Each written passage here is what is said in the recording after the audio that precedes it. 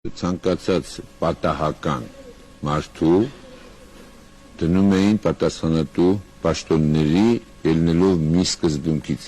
մեր թիմից է ես ընդհանրապես այդ թիմ հասկացողությունը չեմ ընդունում որովհետև տնտեսություն վարելը քաղաքականությամբ զբաղվելը ֆուտբոլ խաղալ չի կամ